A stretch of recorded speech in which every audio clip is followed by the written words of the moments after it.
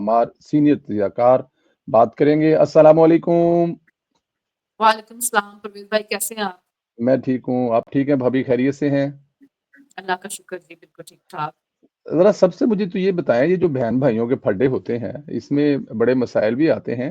ये अभी अचानक इमरान खान की बहनों को क्या हो गया है? वो कह रही हैं कि हमने कुछ बदयानती की है, जो खान साहब कहते थे, वो बाहर आकर बताती नहीं थी पूरा, और उसके बाद फिर हमने उसका कोई फ़ॉलो-अप भी नहीं लिया। और वो ये भी कह रही हैं कि इमरान खान साहब माइनस हो गए हैं, क्योंकि पार्टी की तरफ से तो माइनस नहीं कहा जा रहा था, लेकिन अलीमा खान साहिबा की तरफ से कहा ना कि माइनस इमरान खान। देखिए जो अलीमा खान है, एक बहन होने के नाते जो भाई के लिए उनका कंसर्न होता है, वो नज़र आता है। लेकिन यहाँ पे ऐसा नज़र आ रहा है जैसे अलीमा खान बहुत ना एम्बिशियस हो चुकी हैं पॉलिटिक्स को लेके। और वो जब बाहर आती है तो उनकी एक टोन होती है, बड़ी हार्ड किस्म की होती है, बड़ी हार्श किस्म की होती है। अब इमरान खान जब पार्टी लीडरान के साथ बात करते हैं तो वहाँ से हमें कुछ और नज़र आता है, लेकिन जब अलीमा खान नज़र आती है तो वहाँ से हमें कुछ और नज़र आ रहा होता है इमरान खान का एटीट्यूड। फिर उसके बाद जो एक सोशल मीडिया टीम पे जिब्रान इलियास जैसे बैठे हुए हैं, वो ट्वीट ऐसी कर देते हैं कि अगर कहीं से भी इमरान खान को कोई कंसेशन मिलनी हो तो वो बिल्कुल खत्म हो जाती है। तो पार्टी के अंदर इतनी ग्रोहबंदियां हो चुकी है कि इनका अपना वर्कर भी कंफ्यूज हो चुका हुआ है। अब गंगापुर की जो बात है, तो वो बात देखिए एक हिसाब से वो बिल्कुल ठीक कह रहे थे कि अगर बजट पास ना होता, मतलब चाहे बजट पास ना होता, तो वो तो ये होता है ना कि आपकी हुकूमत गई। लेकिन अगर बजट पेश ही ना हो तो इसका मतलब ये था कि आपकी हुकूमत तो कायम है। लेकिन जो वजीर आला है वो तो पेट्रोल तक नहीं अपनी गाड़ी के लिए डलवा सकेगा, क्योंकि आपके सारे जो असासे हैं या बैंकों के जो अकाउंट है वो सारे मुंजमद हो जाएंगे, क्योंकि आपने कोई बजट पेश नहीं किया, आपके पास पैसे ही नहीं आगे चलाने के लिए। तो उसके लिए तो सूरत हाल ये थी कि आपकी इस वक्त कहीं पे भी हुकूमत नहीं, सिवाय केपीके के, और इन सबको रिलीफ मिलता है केपीके से। मुझे तो ऐसा लग रहा है जैसे अलीमा खान जो है वो चाह ये रही है कि इमरान माइनस हो, हुँ। इमरान खान माइनस हो, ताकि ये जो है इमरान खान जेल के अंदर रहे और इनका कोई सियासी करियर चलता रहे। दाना रास्ता मुझे कैसे लग रहा है जैसे ये जिस तरह इन्होंने नमन से पैसे खाए, शौकत खान से पैसे खाए, ये कहीं इमरान का मजार बना के उसके मुजावर बन के बैठ के तो पैसे नहीं खाना चाह रही है। कुछ मतलब थोड़ी सी इनको लचक दिखानी चाहिए, हमेशा एक खास बयान लेके आ जाती हैं, हमेशा इनका एक खास एटीट्यूड होता है। जो बहनें होती हैं उनको चाहिए तो ये कि वो किसी ना किसी कंसेशन की तरफ जाए। आज सुहेल बड़ाइच को क्यों कहने की जरूरत पड़ गई कि इमरान खान को भी एक शहबाज शरीफ चाहिए, क्योंकि देखिए शहबाज शरीफ साहब के अगर सियासत से आपको इख्तिलाफ हो सकता है, मुझे हो सकता है, लेकिन उन्होंने अपने भाई के लिए कंसेशन ली। उन्होंने अपने भाई को जेल में जिस बीमारी की वो हालत में थे, और आपको याद होगा कि मरियम नवाज भी कहती थी कि मैं उनको मर्सी नहीं बनने दूंगी, वो उनको निकाला, उनका इलाज करवाया। यहाँ पे तो नजर ही कुछ नहीं आ रहा है, बहनें ही जाती है मिलने के लिए, वो जो बाहर आता है आके बोल देती हैं। पार्टी के अंदर ग्रोहबंदी हुई हुई है। अब उन्होंने कह दिया कि इमरान खान माइनस हो गया, तो इसका मतलब शायद वो वर्कर को इश्तियाक दिलाना चाह रही है। फिर हमने कहीं से ये भी सुना, वो जो अफजल शेख मरवत है, वो एक अलग स्टोरी सुना रहे हैं कि मुझे अलीमा खान अपने पास बुलाना चाहती है। कोई कहता है अलीमा खान ठेके लेना चाहती है खैबर को थोड़ा, कोई कह रहा है कि सोशल मीडिया वाले उसको पैसे दे रहे होते हैं। सो इतनी कहानियां इस पार्टी के अंदर से बन रही है कि वो अब एक चूचू का मुरब्बा बनी हुई है। हमें समझ ही नहीं आती कि किसका बयानिया चल रहा है, हमें समझ ही नहीं आती पार्टी की पॉलिसी क्या चल रही है। अब एक रूमर ये भी फैल रहा है कि इमरान खान माइनस हो रहे हैं, शाह महमूद कुरैशी आ जाएंगे, वो पार्टी को संभाल लेंगे। सो पीटीआई की सियासत बंद गली में धकेल दी गई है इमरान खान साहब खुद की तरफ से, जब उन्होंने इतने लोगों को इसके अंदर इन्वॉल्व कर दिया कि उनके लिए अब कोई रास्ता नजर नहीं आता। हाँ, ये बात तो आपकी ठीक है कि इमरान खान साहब अपने पुराने उस विज़न से निकल नहीं रहे कि वो अपनी पार्टी के लोगों को आमने-सामने खड़ा कर देते थे। सुहेल साहब के अलावा शहज़ाद अकबर साहब ने अपने एक वीलॉग में कहा, मैंने अभी उनका एक वीलॉग में टोटा उनका सुना। उसमें वो फरमा रहे थे कि मरियम नवाज़ से लाख इख्तिलाफ हो सकते हैं, लेकिन एक जगह पे मरियम नवाज़ के किरदार की मैं तारीफ़ करता हूँ कि जब उनके लीडर पर मुश्किल वक़्त आया तो उन्होंने फ़ौज समेत पूरी हुकूमत को टफ़ टाइम दिया था। लेकिन मेरा ख्याल है कि अब उनको नवाज शरीफ साहब वाला वो शहबाज शरीफ चैप्टर और मरियम नवाज याद आ रही हैं, लेकिन ना तो शहबाज शरीफ इस पार्टी में कोई है इमरान खान के लिए, और ना ही कोई मरियम नवाज इस पार्टी में है इमरान खान साहब के लिए। तो यहाँ पर अगर हो भी तो इमरान खान साहब खुद भी तो नहीं चलने देते ना जी। अच्छा परवेज भाई, यहाँ पे एक और इंटरेस्टिंग बात है कि इमरान खान नवाज शरीफ भी नहीं है। नवाज शरीफ बिल्कुल ने कभी ठीक। फेडरेशन को कमजोर करने की बात नहीं की है। ट्रू। नवाज शरीफ को 9 मई नहीं किया था। नवाज शरीफ ने ये नहीं कहा था कि हमारा जो आर्मी चीफ है उसने अमेरिका के कहने के ऊपर मुझे निकाल के मुल्क से गद्दारी की है। नवाज शरीफ ने ऐसा कुछ नहीं कहा था अपने निकालने के ऊपर। ये बात थी कि जब इलेक्शन चोरी हुए तो उन्होंने जनरल बाजवा को कहा कि आपने इलेक्शन रीक किया, लेकिन ये हमारा अंदरूनी मामला था ना। नवाज शरीफ ने जाके कोई कांग्रेस मैनों से मुलाकातें करके कोई नवाज शरीफ ने वहां से पाकिस्तान के खिलाफ बयान जारी करवाने की कोशिश नहीं की है। नवाज शरीफ ने अपनी पार्टी को ये नहीं कहा था कि आपका फील्ड मार्शल या जो आर्मी चीफ है कभी मुल्क के बाहर जाए तो आप उसके खिलाफ गद्दारी गद्दारी के नारे लगाए, उसको कातिल कहते रहे। फर्क भी तो देखे ना सियासत के अंदर। नवाज शरीफ ने फेडरेशन की सियासत की है। नवाज शरीफ ने हमेशा जो सियासत की है वो जमहूरियत के लिए की है कि आपका काम सियासत करना नहीं है, आप बाहर निकले, हमें सियासत करने दें। इमरान खान का काम ये है कि वो कहते हैं कि मैं नहीं हूं तो पाकिस्तान के ऊपर एटम बम गिरा दे। नवाज शरीफ ने किस जगह जाके जो था वो आईएमएफ की डील खराब करने की कोशिश की थी। इमरान के दौर में भी तो आईएमएफ की डील हुई थी। उस डील को इमरान खान खुद खराब करके गए थे जब उन्होंने पेट्रोल की कीमत कम कर दी, बिजली की कीमत कम कर दी, जो कि उन्होंने खुद बढ़ाने का उनके साथ एग्रीमेंट किया होता, जिसकी वजह से आईएमएफ ने मुआवजा सस्पेंड किया था। सुभाष साहब को उनकी टफ शराइत माननी पड़ी थी इस मुल्क को डिफॉल्ट से निकालने के लिए, जो कि हमारी आवाम को अभी तक चीजें समझ नहीं आ रही कि अगर आज महंगाई उस वक्त बहुत ज्यादा बढ़ गई थी, जिसका उन्होंने कहा कि उनको वोट बैंक के ऊपर भी असर पड़ा, तो उसमें उन्होंने डिफॉल्ट से निकाला था मुल्क को। शायद कई लोग ये रिएक्ट भी कर रहे होंगे कि इमरान का गंद क्यों साफ करे, लेकिन यही मुहब्बे वतन सियासतदानों की निशानी होती है कि वो मुल्क को डिफॉल्ट से बचाते हैं, उसके लिए अपनी परवाह नहीं करते अपने सियासी कैपिटल की। जबकि इमरान खान जैसे लोग ये कुछ करते, आपको वो टेप याद है ना, वो जो ऑडियो आई थी जिसमें शौकत तरीन कह रहे थे पंजाब के वजीर खजाना को कि आप आईएमएफ की जो है उसको मत माने, तो उसने कहा इससे मुल्क को नुकसान होगा। उसने कहा तो होने दो, हमने खान के साथ है। अभी भी ये इमरान खान जो है वो ये चाह रहे हैं कि बजट तो पास हो, लेकिन जो सरप्लस में बजट देना ना केपीके ने आईएमएफ की शरारत का, वो ना माने ताकि हुकूमत को मुश्किल पेश आए। तो इमरान खान का अपना रवैया, इमरान खान की अपनी सियासत जो है ना, वो किसी जगह पे भी अगर उसके पास शहबाज शरीफ भी हो, मरियम नवाज भी हो, वो चीज आने नहीं देना चाह रही किसी भी उसके ऊपर, क्योंकि आपने रियासत के खिलाफ बगावत की हुई है। 9 मई किसके खिलाफ था? आईएमएफ की डील कौन सबूताज करना चाहता है? बाहर के मुल्कों में जाके पाकिस्तान के खिलाफ कौन जो है वो पास करवा रहा है करारदादे। और ये देखें कि जब इंडिया और पाकिस्तान की जंग हुई, इनके सोशल मीडिया का क्या किरदार था? आपको याद होगा कि ये बैठ के लगे हुए थे कि पाकिस्तान के पास तो है ही कुछ नहीं, पाकिस्तान तो अटैक कर गया, पाकिस्तान के ऊपर ये तबाही हो गई, फिर बाद में क्रेडिट लेना शुरू कर दीजिए हमारे सोशल मीडिया ने उनको सोशल मीडिया को टफ दिया। अभी आप ये देखें कि अभी जब ईरान के ऊपर अमेरिका ने हमला किया तो इनके सोशल मीडिया के साथ ही जो इमरान खान की ट्वीट आप जाके देख लें, फिर बाद में वो कह रहे थे नहीं नहीं नहीं ये तो मैंने पूछने के लिए की है, जो दूसरे इनके लोग फैला रहे थे कि पाकिस्तान ने अपनी एयर बेस दी है अमेरिका को वहां पे अटैक करने के लिए। तो इनके अपने लोगों के रवैये हैं। ये लोग अभी भी सियासी तौर पे सियासत में दाखिल नहीं होंगे। आप हो गए, मैं हो गए, या जो दूसरे लोग हो गए जिनका एक इख्तिलाफ होता है कि वो सियासत में ना आए, लेकिन हम अपनी रियासत के दुश्मन नहीं, हम अपनी फौज के दुश्मन नहीं है।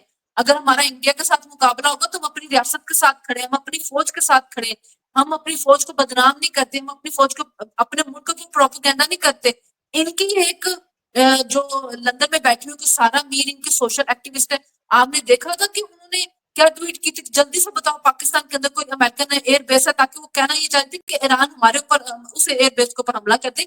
इनके एटीट्यूड ये है, और फिर ये सियासत में आगे कंसेशन मांगने की कोशिश कर रहे हैं।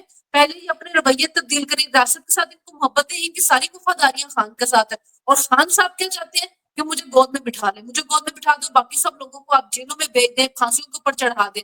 खान साहब जब तक सियासी अप्रोच नहीं अपनाएंगे, जब तक वो सियासतदानों के साथ नहीं बैठेंगे, उनके लिए कोई कंसेशन नहीं निकलेगी। जो फील्ड मार्शल है वो तो बार बार एक ही बात कहते हैं कि जब सियासतदानों की तरफ जाए, तो ये बार बार उनकी तरफ जा रहे होते हैं, उनके पास पहुंच रहे होते हैं कि नहीं नहीं आप हमारे साथ कोई डील करें।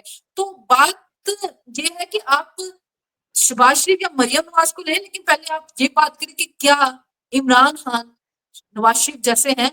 बिल्कुल नहीं। बिल्कुल ठीक है। ना इमरान खान नवाज शरीफ जैसे हैं, ना ही उनकी टीम एक नवाज शरीफ जैसे हैं। बिल्कुल ठीक है। अच्छा, पाकिस्तान का अभी ये जो हालिया ईरान का और इसराइल का मसला है, इसमें पाकिस्तान के किरदार को कैसे देखते हैं? बहुत ज़्यादा तहफ़्ज़ात होते थे ईरान के बारे में, पाकिस्तान को, हुकूमत पाकिस्तान को ईरान की सरज़मीन के बारे में। लेकिन बिल्कुल। मुश्किल वक़्त में पाकिस्तान का किरदार कैसे देखती हैं?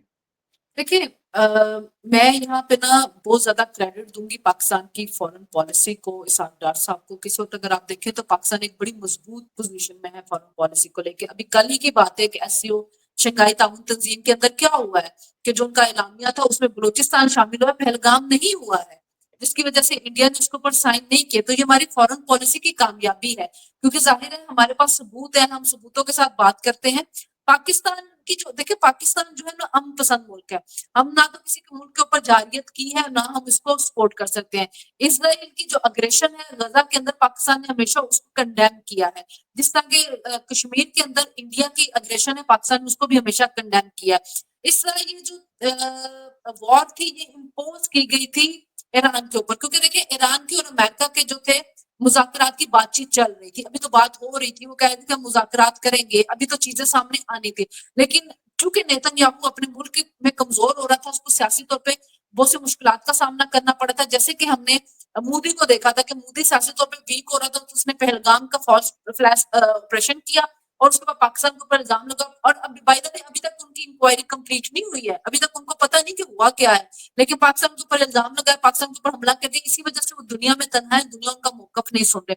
यही कुछ इसराइल ने किया, लेकिन इसराइल को अच्छी खासी फैंटी लगी। इसराइल का एक भ्रम कायम था, वो टूट गया। उसको पता चल गया कि अमेरिका के बगैर वो कुछ नहीं है, वो ईरान को कोई इतना नुकसान नहीं पहुंचा सके जितना ईरान ने उनको नुकसान पहुंचा दिया। तो ट्रू। पाकिस्तान तो जाहिर देखिए, जहां पे भी एग्रेशन होती है, कुछ होता है, पाकिस्तान उसकी मजम्मत करता है। हमें ईरान से तहफुजात का शिकार हम हैं।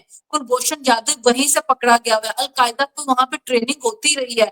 ईरान ने भी पाकिस्तान के अंदर हमले किए थे, जब हमने उसका जवाब दिया था। लेकिन उसके बावजूद पाकिस्तान में जहाँ पे एग्रेशन हुई है, जहाँ पे जंग किसी की मुसलत की, पाकिस्तान ने उसकी मजम्मत की।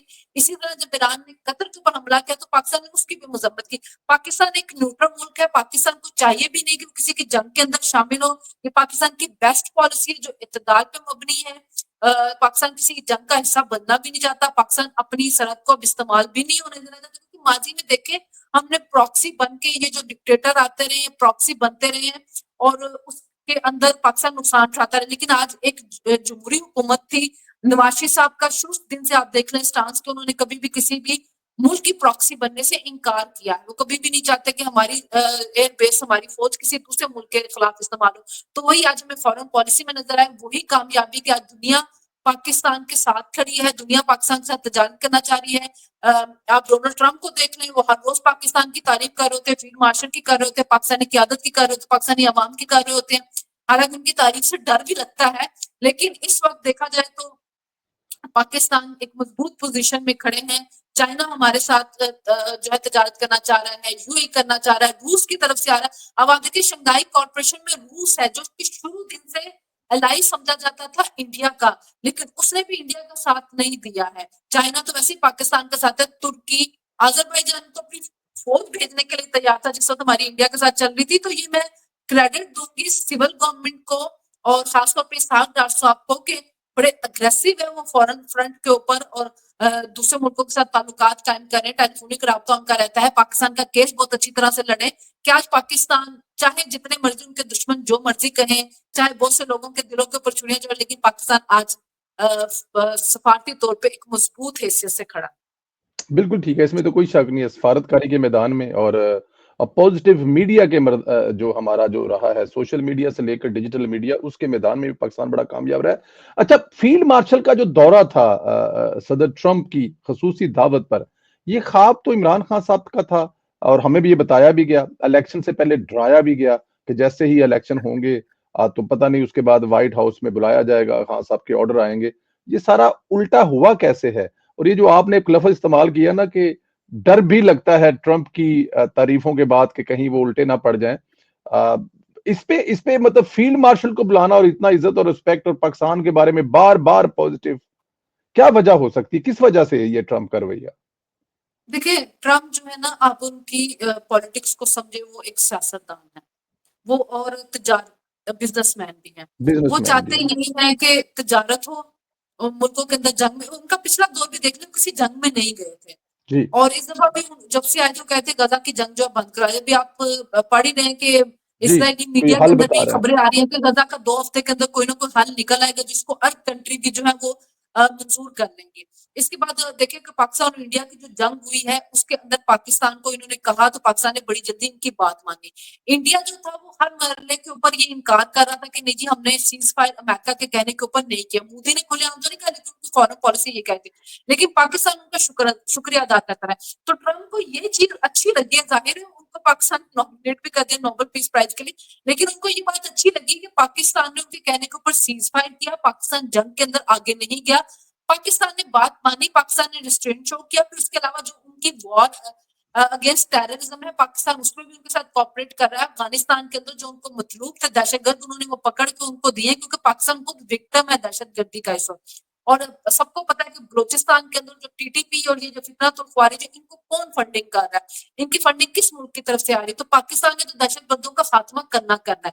तो डोनाल्ड ट्रंप भी ये चाहता है कि दहशतगर्दी का खात्मा वो अफगानिस्तान को भी बेहतर करना चाहता है। तो पाकिस्तान एक दहशतगर्दी में ताउन कर रहा है, फिर उनके कहने के ऊपर पाकिस्तान ने सीज फायर किया। तो ये बात जो थी डोनाल्ड ट्रंप को अच्छी लगी कि पाकिस्तान जंग में नहीं जा रहा, पाकिस्तान अग्रेशन नहीं कर रहा, पाकिस्तान दहशतगर्दी में इन्वॉल्व नहीं है, क्योंकि पहलगाम वाकये ने सब कुछ खोल दिया कि पाकिस्तान उसमें इन्वॉल्व नहीं है, इंडिया की अपनी शरारत है, फॉल्स फ्लैगिंग। लेकिन इंडिया की तरफ से जिस तरह का रवैया अपनाएगा वो उस चीज ने भी अनाइन किया ट्रंप को। आप देख लें कि वो जैसे नेतन्याहू के ऊपर हुआ है, जब सीज फायर का ऐलान होगा उसके बाद जब वायलेशन हुई है तो उसने नेतन्याहू के बारे में किस किस्म के अल्फाज इस्तेमाल किए हैं, बड़ी सख्त पॉलिसी उसने नेतन्याहू के बारे में रखी है। हालांकि नेतन्याहू को समझना चाहिए कि अमेरिका की मदद के बगैर वो जो अपनी दादागिरी दिखाते फिरे वो अमेरिका की मदद के बगैर कायम नहीं रह सकती है। तो ये वो चीज थी जिसकी वजह से डोनाल्ड ट्रंप जो है जो वो बार बार कह रहे थे कि जंग रोकोगे तो तजारत मैं ज्यादा से ज्यादा करूंगा। तो जाहिर है पाकिस्तान ने जंग रोक के अब वो तजारत पाकिस्तान के साथ करना चाहता है। वो यही बात देखिए उसने जब उसने बात करा तो उसने कहा था ये दोनों मुल्क जो उसने इसराइल की और अमेरिका की बात की थी कि कई सालों से जंग में, लेकिन जंग से क्या हासिल किया है। तो कभी वो वियतनाम की जंग में चले जाते, कभी वो रूस के साथ उनकी कोर्ट मार्शल हो जाती, कभी वो अफगानिस्तान के अंदर जंग करना शुरू करते, कभी इराक में चले जाते। तो डोनाल्ड ट्रंप यही बात कर रहा है कि जंगों से कुछ हासिल नहीं होता है, आप लोगों के साथ मुज़ाकरात की टेबल के ऊपर मामला हल करें और तजारत की तरफ जाए। तो एक तजारती माइंड का बंदा है जो ये चाहता है कि दुनिया तजारत की तरफ जाए ना कि जंगों की तरफ जाए। तो शायद उसकी इस पॉलिसी के साथ पाकिस्तान एग्री करता है जिसकी वजह से वो पाकिस्तान से खुश है। और जाहिर है पाकिस्तान के अंदर जो ये फॉरेन पॉलिसी के अंदर मिलिट्री एस्टैब्लिशमेंट का बहुत रोल होता है, जो कुछ मर्जी भी हम उसको डिनाई नहीं कर सकते। तो इसी वजह से वो फील्ड मार्शल को उन्होंने बनाया कि मुस्तकबिल की दहशतगर्दी के बारे में या मुस्तकबिल में क्या चैलेंजेस हो सकते हैं खत्ते में लेके उसको डिस्कस करना होगा उन्होंने, क्योंकि उन्होंने ये बात भी कही थी कि ईरान को हमसे ज्यादा पाकिस्तान जानता है। तो फील्ड मार्शल ने उनको ईरान के बारे में भी बताया होगा कि आप जंग जारी रखेंगे तो आप जंग करते रहेंगे, उन्होंने हार नहीं माननी है और वो आपका ही नुकसान होता रहेगा, कितनी देर आप इस जंग में उलझे रहेंगे। तो शायद ये चीज भी उनको समझ आई होगी जिसकी वजह से फिर वो एक अटैक करके और उनको एक फेस सेविंग देके कतर के ऊपर फौरन सीज फायर कर दिया गया। अदरवाइज तो बातें तो हम बढ़ के तो कुछ और हम सुन रहे थे, दावे तो कुछ और किए जा रहे थे और वो फिर वर्ल्ड वॉर 3 की तरफ भी चीजें जा सकती थी। उस चीज को भी जो है वो रोक दिया गया है। ये बात बिल्कुल ठीक है आपकी, जो बात आपसे माने, आपकी चीज़ों को अंडरस्टैंड करें, वो आपको अच्छे लगते हैं, चाहे वो आपके घर के मुलाज़िम हों, चाहे आपकी फैमिली में मेंबर हों, दोस्त हों। तो जब सबसे बड़ी बात ये है कि जब हम लोग जंग के उस मूड में थे कि हम भारत को बड़ा नुकसान दे सकते थे, और सदर डोनाल्ड ट्रंप के कहने पे हमने फौरन जंग रोकी और उसके बाद ईरान के मामले में भी जिस तरह उनको गाइड किया, तो डेफिनेट ट्रंप हमारी वो तारीफ ये करने की वजह है। अच्छा, मुझे ज़रा इसमें शॉर्ट सा बता दें, अभी आपने ज़िक्र किया ये जो नोबेल इनाम वाला पाकिस्तान का फैसला, ये ठीक है, करना चाहिए था, और क्या सदर ट्रंप को मिलना चाहिए? इसमें कोई शक तो नहीं है, जंगे रुकवाने में वो मास्टर तो हैं। देखिए, मैं इस बारे में अपने थोड़े जैसे जो है ना वो ओपिनियन रिजर्व रखती हूँ कि मिलना चाहिए या नहीं मिलना चाहिए। लेकिन अगर मैं पाकिस्तान की गवर्नमेंट के पॉइंट ऑफ व्यू से देखूँ तो उन्होंने बिल्कुल ठीक नोटिस किया। ठीक फैसला किया। देखिए, हर मुल्क अपना मफाद देखता है और फॉरेन पॉलिसी के अंदर कोई आपका दोस्त नहीं होता, फॉरेन पॉलिसी के अंदर कोई आपका दुश्मन नहीं होता। अगर आप फ़लस्तीन को देखें तो फ़लस्तीन के सदर ने पहलगाम के ऊपर इंडिया के साथ जाके अफ़सोस किया था, लेकिन पाकिस्तान के अंदर सिविल अटैक हुआ, हमें वहाँ से कोई चीज़ नहीं मिली नज़र आई है। आप ईरान को देख लें कि जब पाकिस्तान और इंडिया की जंग हो रही थी, ईरान उनके साथ जाके तजारती मुआहिदा कर रहा था। तो पाकिस्तान ने भी अपने मफाद को देखना है। उनके नज़दीक जो एक जंग थी, जो इंडिया ने पाकिस्तान के ऊपर अग्रेशन कर दी थी और उन्होंने वो जंग रुकवाई है, अभी उसका सीज फायर भी गया, तो पाकिस्तान ने अपने हिसाब से उनको नॉमिनेट किया है कि पाकिस्तान के हिसाब से वो ठीक है। उन्होंने पाकिस्तान के साथ मदद की है, उन्होंने एक ये एटमी जंग जो हो सकती थी मुमकिन उसको रुकवाया है। तो पाकिस्तान ने अगर उसको नॉमिनेट किया तो ये पाकिस्तान की रियासत की फॉरेन पॉलिसी का एक फैसला है और ये पाकिस्तान की रियासत ने सोच समझ के किया है। इसमें किसी इंडिविजुअल की जो भी ओपिनियन होगी वो अपनी ओपिनियन को अपने पास रिजर्व लेके, लेकिन मैं अगर पाकिस्तान की रियासत की पॉलिसी के हिसाब से देखूं तो मुझे दुरुस्त फैसला दुरुस्त फैसला लगता है, बिल्कुल ठीक है। आखिर में ज़रा ये बताइए, अभी आपने बात तो की है, लेकिन फिर भी ये एक बड़ा अहम पॉइंट है, बारीक पॉइंट है कि दुनिया भर जानती है कि इमरान रियाज, शहबाज गिल ये फैक्ट्रियाँ हैं बाकायदा तौर पे फेक न्यूज़ की। ये हर वो फेक न्यूज़ अभी पिछले दिनों जब ये एक न्यूज़ भारतीय चैनल है CNN 18 के नाम से जिसकी खबर पर इमरान रियाज साहब ने कहा है कि पाकिस्तान ने अड्डे दे दिए हैं और ये वो। लेकिन इसके बावजूद इनके जो व्यूअरशिप है उनको समझ नहीं आती कि ये लोग तो हर इनकी खबर झूठी होती है। इसके बावजूद वो उनको सुनते हैं। उन उन लिसनर के लिए क्या मैसेज है कि वो पता होने के बावजूद संजना भाई, बात है ये कि जब आप नशा करते रहते हैं ना तो आपका दिमाग जो है इम्यून हो जाता है, फिर आपको कुछ समझ नहीं आ रही होती है। तो इनको फेक न्यूज का इतना नशा लगा दिया गया है कि वो इनकी फेक न्यूज के जरिए इनके जहनों के अंदर जो ख्याली पुलाव पकड़े होते हैं तो उनको उस फेक न्यूज के अंदर वो ख्याली पुलाव पूरे होते हुए नजर आते होते हैं।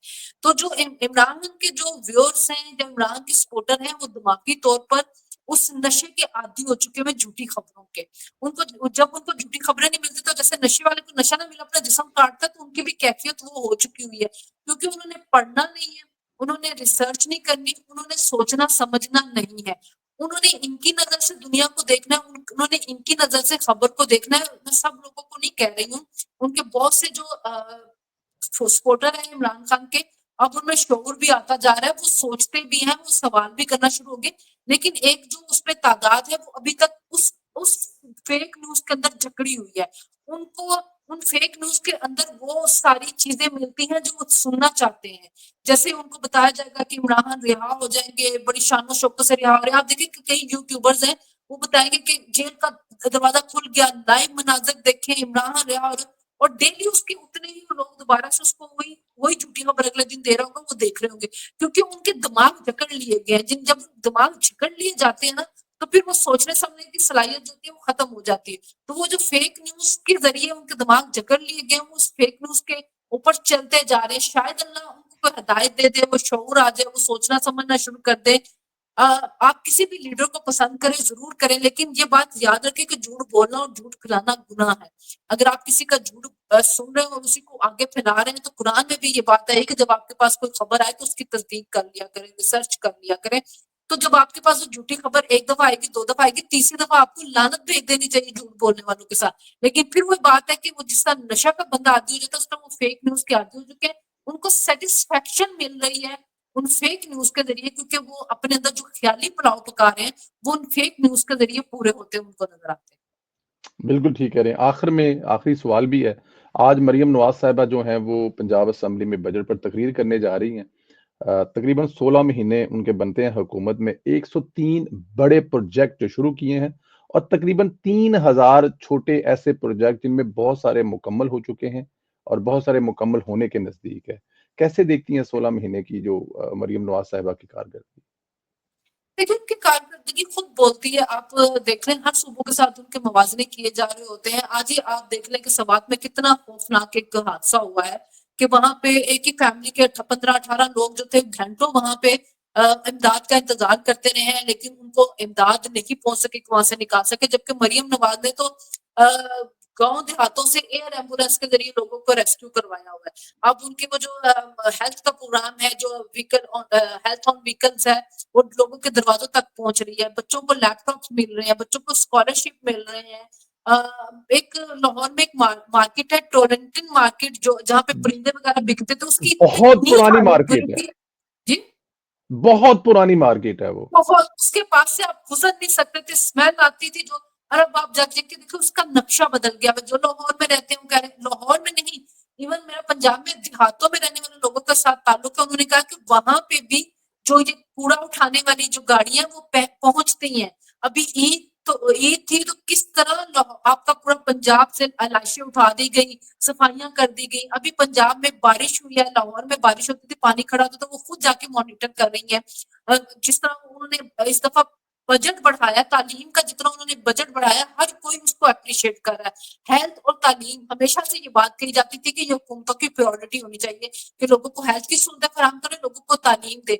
इस वक्त सबसे ज्यादा लिटरेसी रेट भी पंजाब का है, उसके बावजूद पंजाब के अंदर इतना ज्यादा जो है बजट जो है इन्वेस्ट किया जा रहा है। तो ये उनकी पॉलिसीज है, वो फोकस्ड है, वो अपना काम कर रही है। तनकीद करने वाले तनकीद कर रहे हैं, किसी को प्रोटोकॉल पे हो जाता है, कोई टिकटॉक का कहते हैं, लेकिन वो फोकस है, वो अपने काम पे तवज्जो रख रही है। उनकी ये बात बिल्कुल अच्छी है कि मैंने अपनी स्किन को बड़ा मोटा कर लिया है, आपने जो बात करनी है, आपने जो बोलना आप बोलते रहे, मैं अपना काम करती रहूंगी। आप ये देखिए कि वो स्टूडेंट्स के पास जाती है, कहा ये जाता था ना ये अवाम में नहीं जा सकती, वो जब लैपटॉप बांधने जाती है, हजारों की तादाद में स्टूडेंट बैठे थे, तो कहीं और मोबाइलों से कहीं से तो एक वीडियो आ जाए ना संदेला भाई, जिसमें कोई उसके खिलाफ बोल रहा हो, कोई उसके खिलाफ नारा लगा रहा हो, कोई इमरान खान में, आपके सामने कोई ऐसी वीडियो नहीं आती है, कोई ऐसी चीज सामने नहीं आती। हजारों की तादाद में बच्चे होते हैं। तो इसका मतलब ये कि वो अवाम में जा रही है, अवाम से बात कर रही है, अवाम से मिलजुल रही है और उनकी पॉलिसीज अपने समर दिखा रही है। जिस बच्चे को लैपटॉप मिल रहा है, जिस बच्चे को स्कॉलरशिप मिल रहा है, आप समझो उसकी दुनिया बदल रही है, उसको पढ़ने के लिए सहूलतें मिल रही है। सोशल मीडिया पे चले जाए, लोग वहां पे खुद बता रहे होते कि हमारे अपनी फैमिली में एक दो बच्चों को स्कॉलरशिप मिला है, तो बच्चों को स्कॉलरशिप मिले, लैपटॉप मिल रहे हैं, सेहत की सहूलतें मिल रही है, लोगों के फ्री इलाज हो रहे हैं, अद्वियात उनको मिल रही है, सफाई का इतना अच्छा इंतजाम हो रहा है, सड़कों का जाल वो बिछा रही है। अभी सुना ये जा रहा है कि दिसंबर तक पंजाब के तमाम बड़े शहरों में 1100 इलेक्ट्रिक बसें चलाई जा रही है, और ये जी। इतना बड़ा प्रॉब्लम है जो लोगों का ट्रांसपोर्ट का जो हल किया जा रहा है, उसकी वजह से आप ये देखें कि आपके जो लोगों को पेट्रोल का है वो भी आपकी ईंधन उसको जो हम इंपोर्ट करते हैं वो भी कम होगा, लोगों को सस्ती ट्रांसपोर्टेशन मिलेगी, लोगों को बाइज्जत ट्रांसपोर्टेशन मिलेगी। अभी भी इस्लामाबाद के अंदर जो शिबाशी साहब ने आके सीडीए की बसें चलाई हैं, लोग बड़े खुश हैं उससे कि चले जी, वो इज्जत के साथ खवातीन भी जाती है अपने कामों पे, मर्द भी जा रहे होते हैं। हर बंदा जो होता है वो गाड़ी पेट्रोल अफोर्ड नहीं कर सकता वो, और सारी दुनिया के अंदर आपने अपने जिस मुल्क में आप रह रहे हैं, आपने देखा होगा लोग ज्यादातर पब्लिक ट्रांसपोर्ट इस्तेमाल कर रहे होते हैं, लेकिन अगर आप उनको अच्छी पब्लिक ट्रांसपोर्ट देंगे तो वो इस्तेमाल करेंगे। तो ये बहुत अच्छे वो इनिशिएटिव ले रही है। 1 साल के अंदर तो उन्होंने दिखा दिया है, अब अगले साल में तो मजीद वो तकदीर बदल देंगे पंजाब की। तो 5 साल के बाद तो देखेंगे कि पंजाब का मुकाबला फिर किसके साथ हो रहा होगा, क्योंकि सिंध का हाल, कराची का हाल वो देख लें, खैबर पख्तूनख्वा में आज ही आप देख लें स्वात में क्या होगा, पोलपुर में सबके, बलोचिस्तान के अंदर जो है वो किस तरह के हालात है। तो पंजाब का तो मुकाबला ही नहीं है किसी के साथ इस वक्त। आप ठीक कह रही हैं। ये बसों की जो आप बात कर रहे हैं ना, पूरी दुनिया जो है ना अब इलेक्ट्रिक बसों पे और इलेक्ट्रिक ट्रांसपोर्ट जा रही है, क्योंकि ये सिर्फ सफारी सहूलत के साथ साथ माहौलियाती जो तब्दीलियां हैं, ये जो गाड़ियां हमारी डीजल और पेट्रोल जिस तरह से आपकी फिजा को खराब करती हैं, टेम्परेचर में इजाफा करते हैं। हमारे बचपन से लेकर आज के जून जुलाई में जमीन आसमान का फर्क है। हमें याद है कि मई जून में हम लोग साइकिल पे स्कूल जाते थे तो काबिल अफोर्ड गर्मी होती थी, लेकिन अब नहीं है। तो उसमें बहुत बहुत बड़ा गर्मी रोल इन गाड़ियों का भी है, इन पेट्रोल का भी है।